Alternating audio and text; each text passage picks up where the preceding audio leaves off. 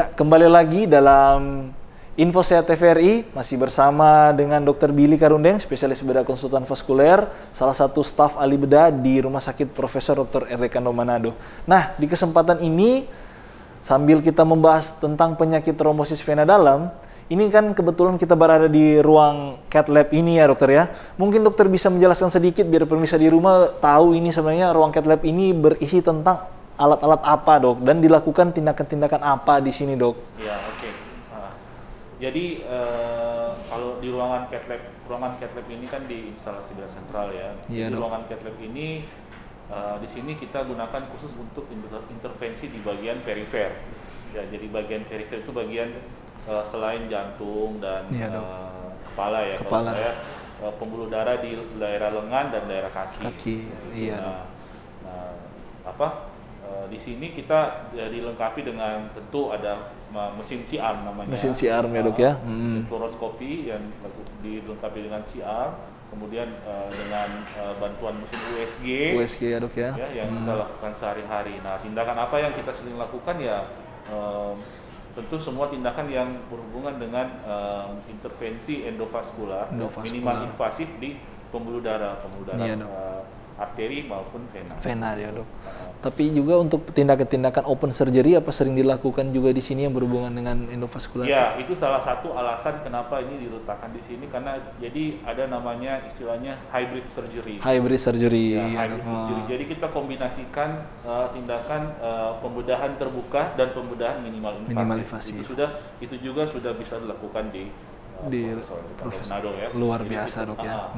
Jadi kalau misalnya memang ada pasien dengan sumbatan aliran darah di kaki misalnya. Iya dok. Jadi kalau misalnya kita coba dengan tindakan endovaskular ternyata tidak bisa atau perlu dikombinasi, kita langsung bisa lakukan pembedahan terbuka bisa ya, itu juga di kamar operasi. Di kamar operasi di sini ya dok ya. Jadi bisa dikombinasikan. Gitu. Jadi itu namanya hybrid surgery. Hybrid surgery. Iya. Jadi bagi para pemirsa yang masih penasaran, ini ruang cath lab ini sudah dijelaskan sama Dr. Billy guna daripada ruangan ini. Jadi memang kalau para pemirsa di rumah yang ada riwayat sakit trombosis vena dalam ataupun berhubungan dengan pembuluh-pembuluh darah, itu nanti bakal masuk di ruangan ini, ketemu dengan Dr. Billy dan tim bedah vaskular yang ada. Nah, ini kita kembali lagi dokter ke topik kita tadi yang awal tentang trombosis vena dalam. Tadi kan dokter sempat singgung dok, itu perjalanan penyakit komplikasinya itu seperti emboli paru dok. Nah, kira-kira dok, ada tidak dok komplikasi yang jauh lebih mengerikan dok daripada emboli paru, atau yang mungkin bisa juga jadi tanda awas buat kita untuk kita perhatikan jangan sampai itu komplikasi terjadi dok? Oke. Ya, jadi emboli paru itu merupakan komplikasi akut ya. Akut ya dok ya.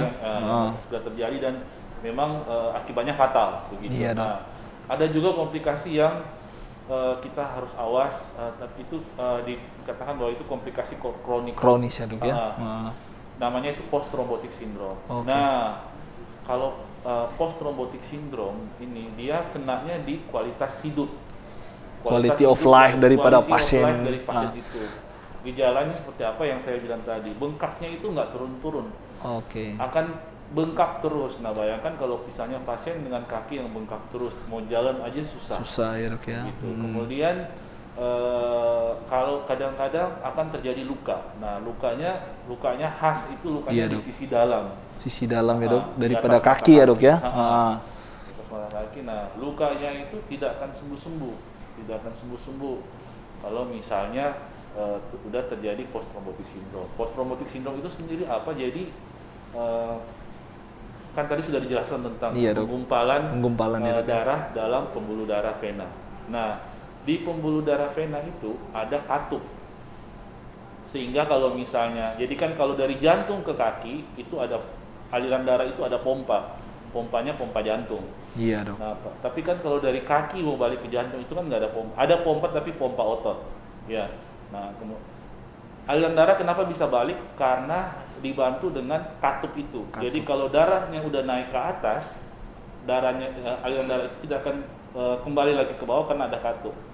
Nah, pada pasien-pasien dengan bekas trombosis vena dalam yang tidak diobati dengan maksimal atau dibiarkan saja, nah katup-katupnya itu akan rusak Karena Oke, ya, Dok. bekuan darah itu dia kenanya di daerah-daerah sekitar katup situ. Katup itu kayak pintu yang menutup satu arah. Nah, kalau dia udah rusak, jadi aliran darah yang seharusnya balik ke atas full, Nggak balik lagi ya, Dok? tidak balik lagi. Iya, Dok. Tidak full 100% full. ke atas. Mungkin Oke, Dok. cuma 50%nya lagi balik ke bawah. Sehingga kakinya akan tetap bengkak. Iya. Dan sangat susah untuk mengobati atau menata laksana kalau misalnya katupnya udah rusak. Begitu. Karena itu pasien-pasien dengan post thrombotic syndrome itu yang terganggu itu adalah quality of life-nya. Quality of life-nya akan berkurang sekali. Kakinya gejalanya itu yang khas kakinya bengkak, tapi terutama saat berjalan. Oke, Dok. Jadi biasanya pasien-pasien ini mengeluhkan, dok, kalau saya tidur atau istirahat saat kakinya diangkat lebih tinggi, itu bengkaknya itu berkurang. Tapi saat misalnya saya berjalan lama, berjalan atau berdiri atau bekerja, berdiri pokoknya, kakinya itu langsung jadi bengkak. Nah, itu udah susah. Oke. Berarti ini post thrombotic syndrome ini lebih kepada komplikasi akibat di masa akutnya tidak ditangani secara sempurna ya, Dok ya? Iya, itu sebagian besar, karena itu saya bilang tadi, kalau misalnya udah tahu dari awal ini ada trombosis vena dalam dan ditangani secara cepat, bekuan darahnya bisa hilang, fungsi katupnya kita bisa selamatkan. Iya, Dok. Keadaan post thrombotic syndrome ini akan bisa dihindari. Ya, Dok ya. Nah, Dok, ini tadi kan kita bahas tentang akut dan kronik, Dok. Ya. Ini kira-kira kapan kita tahu kalau ini kita masih ada dalam stadium akut? Kapan kita tahu ini kalau kita sudah dalam stadium kronis? Apakah berdasarkan durasi atau gejalanya, Dokter? Nah, biasanya waktu saat kakinya bengkak pertama kali, Iya, Dok. nah itu sudah dalam akut. Akut ya, Dok ya, itu. Saat kakinya bengkak pertama kali. Tapi kalau misalnya saya datang, karena itu biasanya dari pertanyaan saya tanya, apakah sudah pernah bengkak seperti ini sebelumnya? Iya, di Dok. keadaannya. Kalau misalnya, oh iya dok, dulu pernah bengkak, tapi saya kasih diet tiba-tiba hilang. Tapi setelah itu udah mulai timbul begitu lagi. Nah, itu kemungkinan dia udah melewati masa akutnya ya, berarti udah berada di fase kronisnya ya, Dok ya? Tapi bisa juga saat kronik exacerbasi akut. Jadi misalnya kronik kemudian dia timbul trombus lagi. Oke. Jadi keluar gejala akutnya lagi ya, Dok ya? Padahal sudah ada di stadium kronik ya, Dok ya? Jadi saat post thrombotic syndrome itu bekuan darahnya sudah tidak ada. Tidak ada ya, Dok ya? Tapi fungsi katupnya itu sudah tidak bekerja lagi. Iya, baik, Dok. Nah, Dok, ini mungkin ada saran-saran buat pemirsa di rumah, Dok. Mungkin latihan-latihan ringan yang bisa dilakukan kalau pada pasien-pasien dengan trombosis vena dalam, Dok, yang mungkin bisa dibagikan, bisa juga mungkin pemirsa di rumah sudah ada yang sedang menjalani terapi trombosis vena dalam, mungkin bisa dilakukan di rumah. Kira-kira latihan-latihan ringan apa ya, Dok ya? Iya, jadi mungkin kalau misalnya pasien-pasien yang mungkin yang sudah melewati fase akut ya, atau mungkin yang sudah dengan namanya post thrombotic syndrome. Pasien ada juga yang sering bertanya, dok, kira-kira latihan apa nih yang saya bisa bikin? Ya, nah prinsipnya kalau misalnya dia latihannya menggunakan gravitasi, jadi misalnya dia berjalan atau jogging, nah itu karena katupnya udah rusak, kecuali dia pakai stocking. Kalau tidak pakai stocking, tentu saat dia berdiri lama atau jogging, tentu kakinya akan lebih bengkak, akan lebih susah buat pasiennya. Kecuali saat dia beraktivitas atau dia jogging atau dia lari itu ya, dia pakai medical stocking supaya membantu aliran darahnya itu kembali ke atas. Kalau tidak, ya sama aja tetap akan bengkak. Begitu. Kemudian latihan apa yang misalnya lebih enak? Nah, latihan yang itu ada gaya gravitasi. Contohnya kayak di kolam renang. Ya, Dok, ya. Di pantai ya. Jadi kan kalau lebih dalam kan dia kan ada tekanan. Jadi itu tekanan itu akan membantu sehingga aliran darahnya itu akan kembali ke atas. Ke atas ya, Dok ya. Oke. Jadi seperti itu ya, Dok. Mungkin latihan-latihan ringan yang bisa pemirsa lakukan di rumah, terutama bagi para pemirsa yang sudah menderita trombosis vena dalam. Nah, kira-kira, Dok, dengan trombosis vena dalam ini kira-kira quality of life-nya ke depannya bagaimana daripada penderita-penderita yang pernah ataupun sedang dalam pengobatan trombosis vena dalam? Ya, jadi mungkin tujuan yang diharapkan ya, kalau mungkin dalam fase akut yang tujuan yang diharapkan bahwa bekuan darahnya hilang, tidak terjadi emboli paru, komplikasi yang akut itu. Ya, cuman memang yang lebih susah itu kalau memang yang sudah kronik, yang udah masuk ke tahap post traumatic syndrome gitu.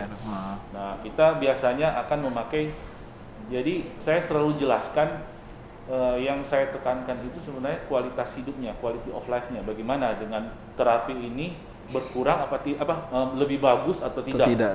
Dengan cara ya kita pakai medical stocking, pakai obat-obat antikoagulan itu ya supaya aliran darahnya lebih lancar ke atas. Dengan itu kita evaluasi lagi, dan pasien memang harus rutin kontrol gimana kualitas kontrolnya lebih bagus enggak, bengkaknya lebih berkurang atau tidak. Kira-kira dok, untuk pengobatannya sendiri kan dokter sudah jelaskan tentang minum obat-obatan, dibantu dengan suportif seperti medical stocking. Kira-kira seandainya ini pemirsa di rumah ada yang sakit trombosis vena dalam, pasti mereka bertanya sampai kapan kita berobat ini untuk minum obat pengencer darah ataupun juga pakai medical stocking itu sampai kapan? Kira-kira sampai kapan ditentukan atau memang tidak dilepas, harus dipakai terus ya dok? Kalau saat akut kita bisa tangani langsung. Nah, karena itu kembali lagi saya bilang tadi, kalau saat akut kita bisa tangani langsung, bekuan darahnya itu langsung hilang, ya. Nah, itu setelah bekuan darahnya udah nggak ada, udah kembali lagi seperti semula. Jadi tidak ada lagi pengobatan, tidak ada lagi medical stocking ya dok ya. Iya. Tapi kalau misalnya ternyata yang datang ke saat kita udah dalam tahap akhir atau udah dalam post traumatic syndrome itu udah ada keluhan-keluhan yang lain. Nah, itu yang kembali lagi yang saya bilang susah memang karena kita hanya perbaiki kualitas hidupnya, quality of life-nya jangan sampai begitu, tapi tetap harus tergantung di stocking atau di obat-obatan. Oke, luar biasa ya. Oke, kita akan kembali lagi, kita akan melihat iklan setelah jeda yang satu ini.